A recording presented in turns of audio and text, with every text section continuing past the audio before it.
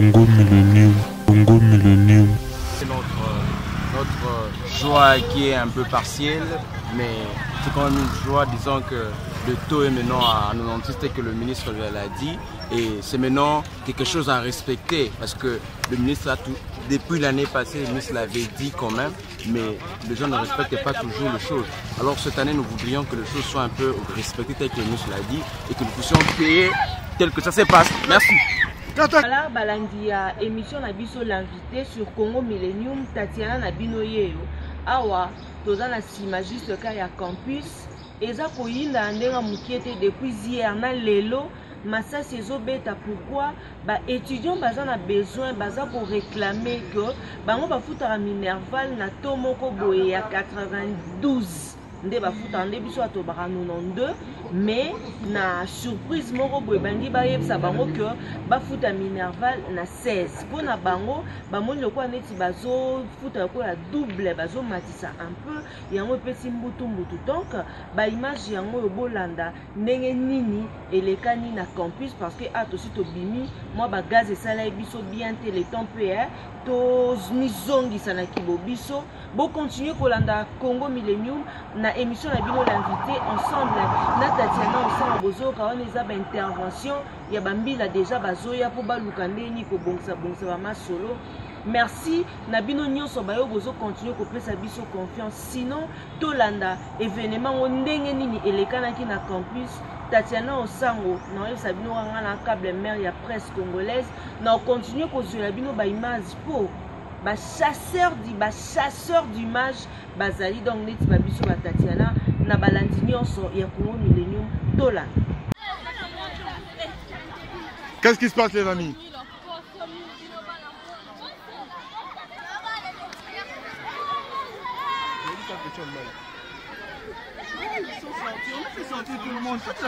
Qu'est-ce qui se passe? Qu'est-ce qui se passe? Non, il y a les étudiants qui manifestent, ils réclament la baisse de frais académiques. Oui. On nous demande de payer au taux actuel, pendant que tout le monde à l'ISTA il paye à 96. Nous ici à l'UNITI, nous manifestons par rapport à ça. Et lui, qu'est-ce que la police vient faire? La police, bon, sinon leur mission c'est garder la population, sinon protéger les étudiants. Ah là, ils tirent, ils lancent des gaz pendant que les élèves étaient en classe, les petits enfants. Ok, merci monsieur.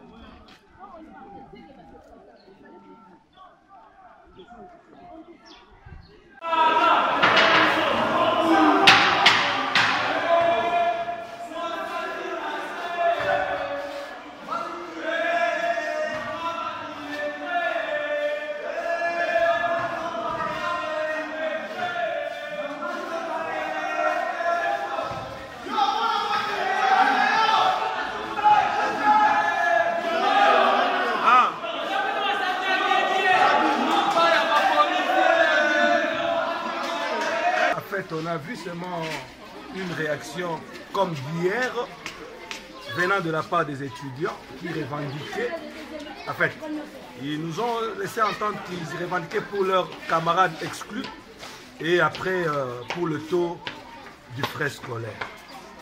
C'est ça.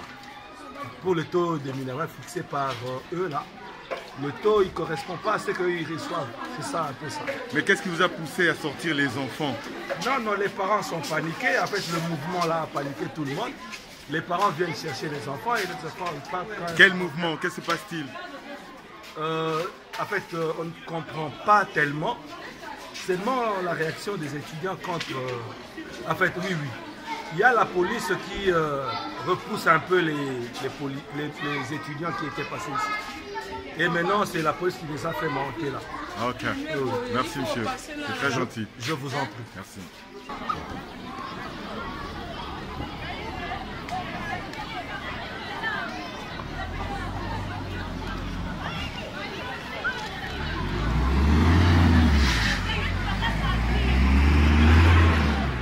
Nous sommes ici précisément au Moamba, derrière l'intendance générale. Et juste derrière moi, les bâtiments qui sont les bâtiments de l'université de Kinshasa. Le ministre Steve Mika vient de déclarer que le taux est fixé maintenant à 960 et que les étudiants pourront payer à 960. Donc c'est une satisfaction pour les étudiants de l'université de Kinshasa. José Pascal Dioka.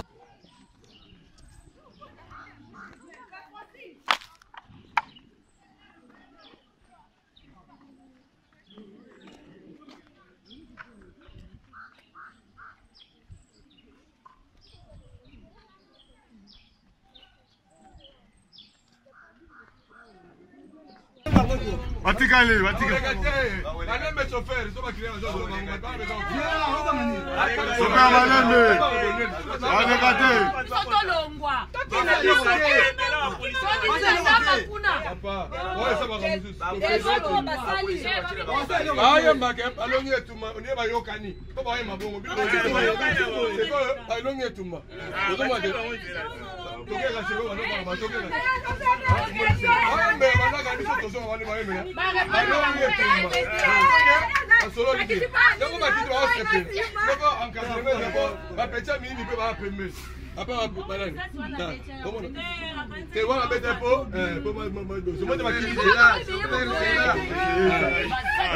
Qu'est-ce qui s'est passé? On a une qui des ordres de force. La police va déranger Bisso pour la tour de charge à Bisso. Donc, on a foutu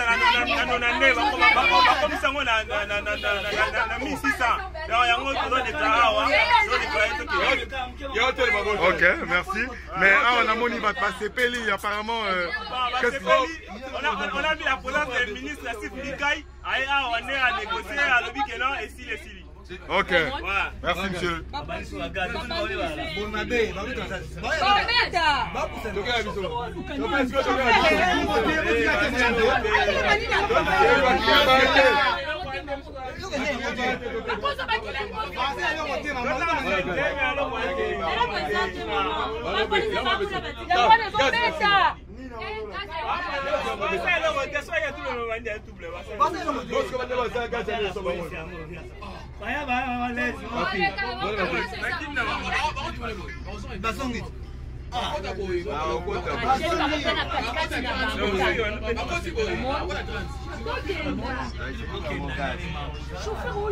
C'était chaud.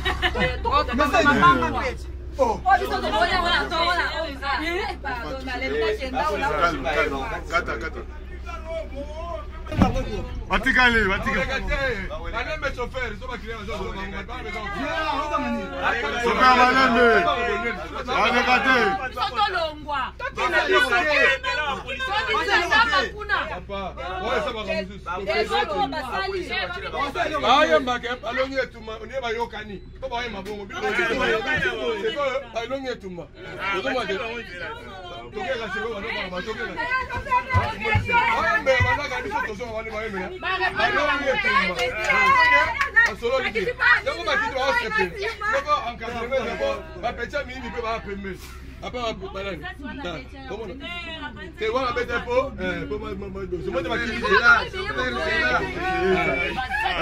Qu'est-ce qui s'est passé? On a une qui des ordres de force. La police va déranger Bisso pour la tour de charge à Bisso. Donc, on a foutu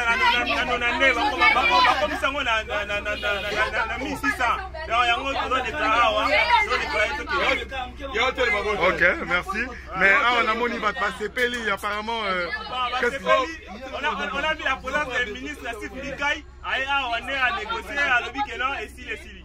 Ok, merci monsieur.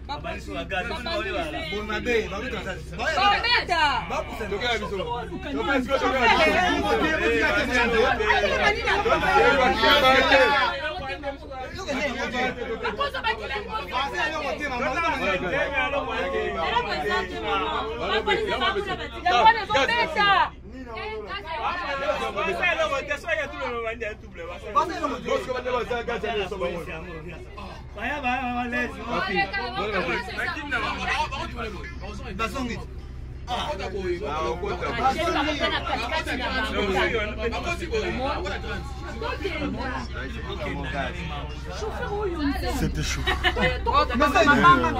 Oh. Calme. Kata.